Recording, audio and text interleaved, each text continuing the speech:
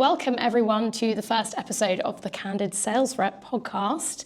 I'm super excited to have Ken Lundin here with us. He is the president of RevHeat and a sales expert, and he has written the book Strategic Selling Unleashed. We will share all the information you need to go get that book afterwards, as Ken will be sharing some really good tips and tricks from that. But yeah, Ken, I feel like I might have stolen your thunder a bit there, so I want to give you the opportunity to introduce yourself as well. Oh yes, Izzy, I couldn't be more fired up about this. Like a little bit, right? Like I'm a sales guy at heart. Started out of the beginning, selling, doing stocks, this kind of stuff. So sales guy at heart. I'm super fired up about this because most of the stuff that we do, when we're actually actively talking to people, we're talking to CEOs. So I love the idea of just having those candid conversations about how to improve the lives of sellers, like how to act, what's actually going on out there, and how do we make them more effective, and what can they do? We've got a lot of experience with that. We've worked with 3 unicorns so far. We've got a 4th in the pocket that I'm pretty sure about, which means they were privately held and worth $1 billion. We've taken sellers from earning $70,000 to earning $2 million over 4 years. So I'm just super fired up that let's talk. Let's get going. Perfect. Well, it sounds like you're the perfect person to talk about breaking through the sales quota barrier, like you say, getting up into the millions. So something I wanted to start with, I guess, is just a lot of salespeople that, I've spoken to recently and kind of I've heard a lot of people talking, on LinkedIn and such, is kind of talking about the fact that sales at the moment feels a lot harder than it ever has been before. I'd love to get your take on why that might be that salespeople are finding it hard to sell and what you think might be contributing to that. Well, you're absolutely right. Sales is harder today than it has been in the last probably 4 years for sure. And even I'd go back probably 2 decades. So most people who are still in selling roles are running into some new brick walls and some new barriers that they have not had to deal with any time in their career, to be honest. So we have 3 main contributors to what's kind of happening right now. One of the primary contributors is this. We have an uncertain market because of all the macroeconomic noise. So if you're selling to large companies, they're starting to slow down and pause a little bit because, in the United States, as an example, there's, in case you haven't paid attention before this episode was gone, there's an election that's occurring. In addition to that, there's an unstable interest rate environment. So the larger the company is that you're trying to sell to, they have more concerns about that. I think the second thing that's actually contributing to things slowing down is there's all this talk and hubbub about the idea of how to use artificial intelligence to do other things in organizations. But nobody's figured out how to do it. And so things that you would normally have outsourced or bought from sellers and other companies, if they're kind of task oriented and they're lower value contributions, those particular things are not necessarily things that are now getting the same urgency in dollars. And then the third component I think that's really happened with sellers is this: remote work and their inability or being ineffective at changing how they go about their days and their lives and taking control of those things, because in this environment, it's never been more true than it is today. You are what you do. And I think sellers are doing less. Yeah, those are all really good points. And I can imagine that the election over in the US is a big contributor to a lot of uncertainty. But I think certainly something we're seeing in EMEA as well is the AI piece is very true across both sides of the pond.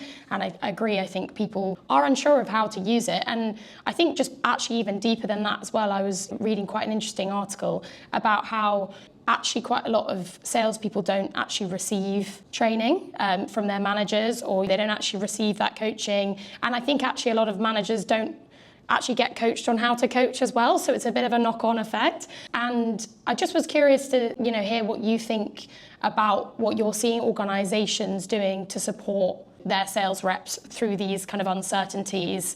So you decided to cut to the chase. You decided, okay, let's really talk about the truth about what's happening and whether or not we're enabling sellers to do their jobs effectively. No, we're not. That hasn't changed. In spite of the fact that sales training statistically has the highest return on many of the things that you can invest in for personal development, you get $2.46 back for every dollar you invest. So a dollar yields $3.46 in return, but somehow we don't invest in that. And so there is this malaise of the Peter principle. So we have 3 things going on within organizations. One, the Peter principles exist, and that is salespeople are being promoted to their level of incompetence. So I'm going from a seller to a manager to a regional manager to a VP, but nobody's training me on how to actually get more out of people. They're promoting me because I was good in my job, and I don't understand as a seller that the truth is I don't have to take the promotion. And there's a totally different way that you need to go motivate others. So you have that first of all. Second, they tend to think that sales is an art. So organizations, managers are like, well, I don't get it. Like, why can't Susie be successful? Because, I was. And so they think, oh, you either have it or you don't. And that's complete crap. Because sales is 75% science and frameworks and infrastructure and process. And we don't have that inside the organization. And we haven't found a way, like we talk about all the time, to use AI to enable an organization so it doesn't have to be one-on-one. I mean, how are you going to level up the organization, right? And then the third component is we like to blame people, right? You get one person managing 8 people, and that one person says, I don't know why they can't do it. I'm like, well, what have you done for coaching? Oh, well, I helped them price a deal. That's not coaching. When you got off a phone call, what did you do to understand what the actual sales questions were in that call? Did you say, hey, Izzy, so at this point, why didn't you ask this question? Or Izzy, hey, what would you have asked instead of that? Or do you think we could have gone deeper on that? What you end up saying to them is, hey, nice call. The opportunity's moving forward in a stage. Managers have to have one thing and one thing only that they know. If you want your life to be easy as a manager and you want to crush quota, then your job is to improve the critical thinking skills of your team. And unfortunately, organizations are doing a very poor job of it. And that's part of the reason why 75% of sellers miss quota in the first half of this year. So yeah, Izzy, I think you're completely on it. And if I had a soapbox, I'd be stepping on it right now to get even taller about this issue. So yeah, it's troublesome because it's only going to get harder to sell in this environment. And there's the other conversation that we need to continue to have, whether it's now or at some point, and that is, what's AI actually going to do to the sales organization, right? There's two sides. How does it support it? But what's it going to do to it? Who's going to have a job? Yeah, absolutely. And I think everything you were speaking to just then was highlighting the importance of building the soft skills of a salesperson. I've been in a sales role before, and the first things I was taught was, all of the kind of, this is how you log a deal on the system, and this is how this is the pitch, go learn it. And then I've done the pitch, and then what? How do I understand then what they're saying to me, and how do I then take that to the next step? And I think that's where AI is going to be super interesting, because like you said, AI can do a lot of the grunt work, but like what grunt work? And then where does that then leave your salespeople? Because it's already competitive, and everyone's going to have the best soft skills out there, but no one's developing those soft skills. So yeah, I agree. It's a bit of a vicious cycle if we're not careful about it. Yeah, the soft skills that you speak to that need to be developed by salespeople, that's what we would say is the 25%, right? So there's 75% that's framework, process, it's methodology. It's a whole nother conversation about process versus methodology. But that 25% soft skills is how do you go about actually executing? Right? How do you actually have the conversation, do the thing, do the role play? And the interesting thing about it is you're right. Most sellers come on like you did, and they said, hey, here's all our company stuff, and here's why we think we're so special. And then you get a lot of founders, because they're the ones that private equity wants to back, who are technically based. So they think, oh, the product, let's do product market sales, right? Let's go ahead and do product-led sales. Let's do this thing where our software is the most important thing on the planet. Great. So it's got a good user interface. I don't care. How does it solve the problem I have? And sellers need to figure out how they can go get the data that understands the people they're selling to instead of just the products they're selling. And it's a critical component that we're missing when we're onboarding people, as you spoke to. Yeah, absolutely. And I know you speak a lot in your book about the consultative selling approach, and I think that's the crux of it, right? It's you can't consult someone unless you understand them and their problem. And would you be able to speak a little bit more about that and maybe also throw in some kind of examples of when consultative selling's worked really well, with people that you've worked with in the past? Sure. I think the best way to talk about this is through a story. So, as an example, we had a rep that we worked with for a number of years named Neil. So Neil was going out and he was pitching product, right? Neil was like, okay, here's our thing. Here's our service. Here's what we do. Want to buy it? Right? Here's our people. They're $200 an hour. You want to buy it? Because that's what the company had taught him to do. So when you take that and enter us after the company's been through a 2.5-year revenue slide, and we flip the script and we say, no, we we have to be consultative and we need to be strategic. And everybody thinks they know what those words mean. And that's the other problem, right? Everyone talks past each other. So we go in and we start this process that's outlined in the book, Strategic Selling Unleashed. It's our sales methodology. And we say, look, when we talk about business needs and motivation, you're stopping, Neil. You're just hanging out here at the tactical need. I called because I need better reporting. I'd ask him, why are they going to buy? Well, they need better reporting. Okay, Neil, how much is your product or service? Well, $75,000. Neil, do you think anyone in their right mind is actually going to spend $75,000 to have prettier PDFs? No, but they'll spend $75,000 to have better data that lets them make better decisions faster, that allows them to decrease risk, decrease expense, or increase ROI. So we went through this process with Neil, taught him that sales method, taught him that process. And the difference was he went from being on a performance improvement plan to being the number one seller in the world 3 years later because he dialed in on that component, right? What is the actual need that we have of our client? The consultative selling comes down to this. Let's assume for a second, Izzy, do you like cars? Love them. Okay, what's your favorite?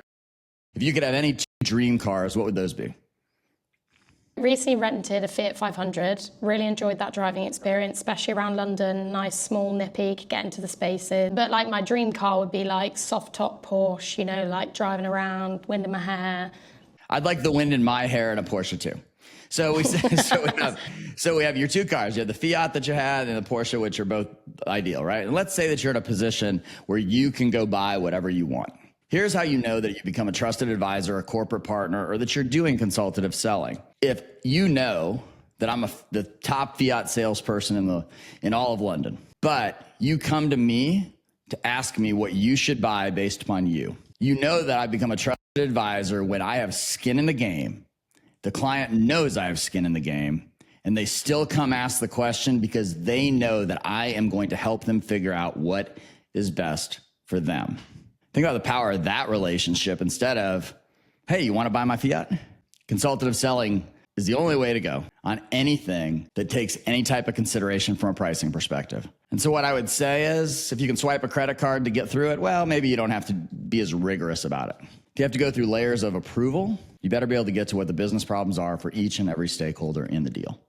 Yeah, absolutely. And I think as well, and I'd love you to correct me if I'm wrong here, but something that I was thinking about when you were talking about all of that was, it seems that quite a common issue is that people when they're selling something, they stop at the features and forget to go that step beyond. Would you say that, boiling it right down to kind of just a mindset and way of thinking of it, would you say that would be fair, that that's kind of the very crux, or would you say it goes further than that? I would say you're absolutely right that people tend to stop at the features of their thing or the assumed benefit. So here's what's interesting. They stop at the features or the assumed benefit, but I'm going to give them a hack right now. Do this. This will change the way you talk to people. And the phrase is so that. So pause the podcast right now. Pause the video. Write it down. Put it in quotes and put it on a Post-it note on your computer. Here's why. Because the next time you say a feature, say so that, and then fill in the back end with why in the world it matters. Why does it matter to that person, to what their goals are, to what they're trying to accomplish, to their problem, so that you get this benefit. Love that. I wish I'd spoken to you right at the beginning of my career. Maybe I'd still be working in sales. Awesome, thank you for that. And just to then go up a level again, so that was a great bit of advice for your reps. What advice would you give to maybe a team lead in taking that to their team and helping them on their way to incorporating that into their day-to-day? The number one piece of advice that I'd give to a team lead or a sales manager would be this: slow down. And here's why. When you're asking people, how are you? How's today going? The number one answer they're going to give you starts with a B, ends with Izzy, like your name, busy. Because busy is a badge of honor. You can't do that as a leader. You've got to be somebody who understands that 50% of your role has to be actually in the trenches, talking to your people, coaching. And you have to focus on the sales motions, not the sales deal, right? We spend so much time looking in the rear view mirror as sales leadership and CEOs. We get to the end of a quarter, we go, oh, we missed the quarter. Oh, we crushed the quarter. Well, if you'd asked me, I probably could have shown you how to know about that 3 or 4 months before it happened. And so by getting in, slowing down, coaching, talking about the sales motions and making sure that they understand how to improve the quality and value of the deal for somebody else is very different than giving somebody deal advice. So focus on the coaching and know that the deal advice isn't coaching. That's a really good, there's a really good distinction, actually. I think probably a lot of people get the two muddled and think they're the same thing. Yeah, and I just kind of want to as well think a bit about the buyer as well, because I feel like the way that I shop, even, as a consumer, is so different to how I would have done when I was younger. I used to kind of like walk to the shops and go get my, my school shoes. Whereas now I don't probably know, I'm not a parent myself, but I'm sure a lot of parents just do that online. And so I feel like even in the consumer world, the way people buy is so different. But I feel like even in, business to business sales as well, we have to think about a buyer super differently. So I wonder whether you'd be able to, I suppose, shed a bit of light on what you've seen from buyers and how they're different now to what they were before, and then what that means for sales professionals and how they should be approaching that. The question about how buyers are different is absolutely the right question to be asking. And that's because they're very different. And if the buyers buy differently, we definitely have to sell differently. So if we just take the extreme example, let's talk about, 30 years ago. I'm old enough to do that. Izzy, you're not. So I'm old enough to say, what about 30 years ago, right? And 30 years ago, just kind of as things are coming around, which puts us in the mid 90s. And oh, wow, that's when AOL came out. And if anybody remembers AOL, it was like 28K speed. Now we're talking about terabytes, and I don't even know what any of that means. But I do know that when I used to click on a button on AOL, I could actually go get a drink, make a sandwich, and then come back to my desk, and then the page would load. So it's that long ago. So when we start to talk about that, what we really need to understand is this. Back then, we as sellers and companies held all the information. We actually had a monopoly to some extent on our products, services, competitors, everything else, and so people had to engage us. They didn't have a choice because they couldn't find it anywhere else. Fast forward to today, I can find almost anything I want. And there's data that says the buyer is 70% of the way through their journey when they finally want to entertain and talk to a seller. There's good news and bad news with that. Bad news, they think they already know what they want. And they think they already know what problem they're solving. I'll give you a secret. In the vast majority of cases, they're wrong. So that's first, right? The second component and the second problem that comes through from that is what follows, is that because of that, they want to jump into features and forms and not decide whether or not they're solving the right problem. So as a consultative, strategic seller, what we need to be able to do is get them to put a pause on it.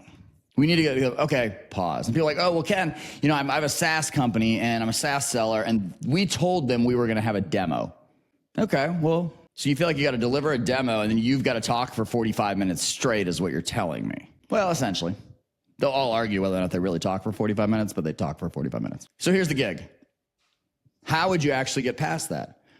It might look something like this. Hey, Izzy, so glad that we can spend some time together, get together. I do want to talk about the software, and we can potentially show you some of that because I know that that's important to you. But if you don't mind, our software is state of the art. It's got all the ratings. Gartner loves it. It's got all the G2 ratings. It's the best. On the other hand, though, it's only a tool. So I wonder if we could start and I can learn a little bit more about your situation, what's important to you, what you're trying to solve with it, how this fits into it, so I can figure out whether or not it's the right tool for you. And I'll promise you this, if it's not, I'll be the first one to tell you. So do you mind if I ask you a couple questions so we can go down that path? Go ahead. Yeah. The buyer will go with you if you'll tell them why. There's a company that I used to do some training with some of their content called Aslan here in Atlanta, Georgia. And one of the things they said is you got to take the buyer on the trip. So if you tell me, get in the car, I'm going to probably weigh the chances of this going bad. If you tell me, get in the car because I'm going to take you to dinner at a 5-star steakhouse within 10 miles of your house and I'm paying for it, I'm jumping in as quickly as I can. Let's go. So if you tell me where I'm going, if you take the trip, the other way that we say is stop making your buyers do mental gymnastics. Because I might look like I actually am fit, but don't get me doing gymnastics because I'm going to be a mess. So those are some of the things that I think have changed over the years because we have to understand because of the just sheer amount of information in the world right now, most of the information your buyer gets is actually just confirming their already set biases. Therefore, it may not be the right thing they're looking for. So I think probably fair to say there then the role of the salesperson has changed from getting someone through the door was probably what they, were there for before, but actually now it's more making sure it's the right door they should be walking through. Would you say that'd be fair? Yeah, I think getting them through the door is still a problem. Like, people still need more leads, and we hear that every day from clients and prospects for us. But yeah, are they walking through the right door is the truth, right? Or how about this? Getting them into your house through the front door is the first problem. Why should they come in? It's a brownstone, it's a mansion, it's a horse farm. Why should they come in? But then once they get there, which room should they be in? And that's probably the thing with sellers today. We've got to do a good job and be okay with actually helping them figure out, are you in the right room? No, I think that makes a lot of sense. And I think, probably what a lot of people think about selling is that it is kind of like this, it's maybe slightly sharky. I would imagine some of the, connotations someone would put against sales are negative words because people fundamentally don't like to be sold to. So I think, taking that approach, also it just kind of disarms someone, I guess, before they can even make assumptions about you as a salesperson, I would imagine. Yes. And I don't know if you have the same image, so I'd be interested in the image that you have across the pond. But the image that we get here when somebody says, hey, I'm a salesperson, most people get this like used car salesman image. And over here it's in a bad sport jacket. He's got a bad haircut that's got a comb over, and hey, I want to get you in a car today. And I would argue that that's fantastic for people who are actually good, because they never feel like sellers to the people they work with. They feel like advisors. They feel like people who can work with them. They feel like people who can help add value. Gartner, the big research and technology company, did this. They do a ton of research on tech. They do a ton of research on other things. And a few years ago, what they said is that 74% of buyers actually want value from their sales process, from their salesperson they work with. Only 47% feel like they get it. And here's the real problem that tells me that maybe we're not solving the right problems. Only 27% of buyers actually believe that they got a high quality solution when the whole thing was done. There's a gap. As sellers, you can go fill that and you can be the difference, because your company name is almost irrelevant in what you're selling until the very end as you move into contracting. Yeah, I mean, those are some pretty scary stats, actually, if you think about it. And I guess then, just because we've only got kind of really a few minutes left, I just wanted to make sure that I'd asked you this question. And I think, given this, how the speed that everything's moving at and how quickly things are changing, just in the world of sales, what are some kind of trends that you see coming for salespeople, and what do you think that salespeople should be doing to kind of prepare and make sure they're ready for those changes when they come? There are a lot of changes coming in the world of sales in the next few years. They're going to come at a rapid breakneck speed. And AI is going to help remove the lowest value components of sales. And so those people who actually answer the call and start to understand how it's going to supplement their daily work are going to be light years ahead. In our proprietary research on about 13,000 sellers last year, what we found is 50% of salespeople don't have the basic skills to actually be successful in sales. So I'm going to tell you the truth. If you haven't hit quota in a few years, if you've changed job every 12 to 15 months and you're on your third or fourth one, you need to double down and you need to get after it yourself, because you're not getting the training and the things you need from others. And if you really want a career in sales, then you need to get into and become a better seller and do the things that make you uncomfortable today, because AI is going to replace you. I think the other thing that's going to happen within this is that truly consultative sellers will become more valuable.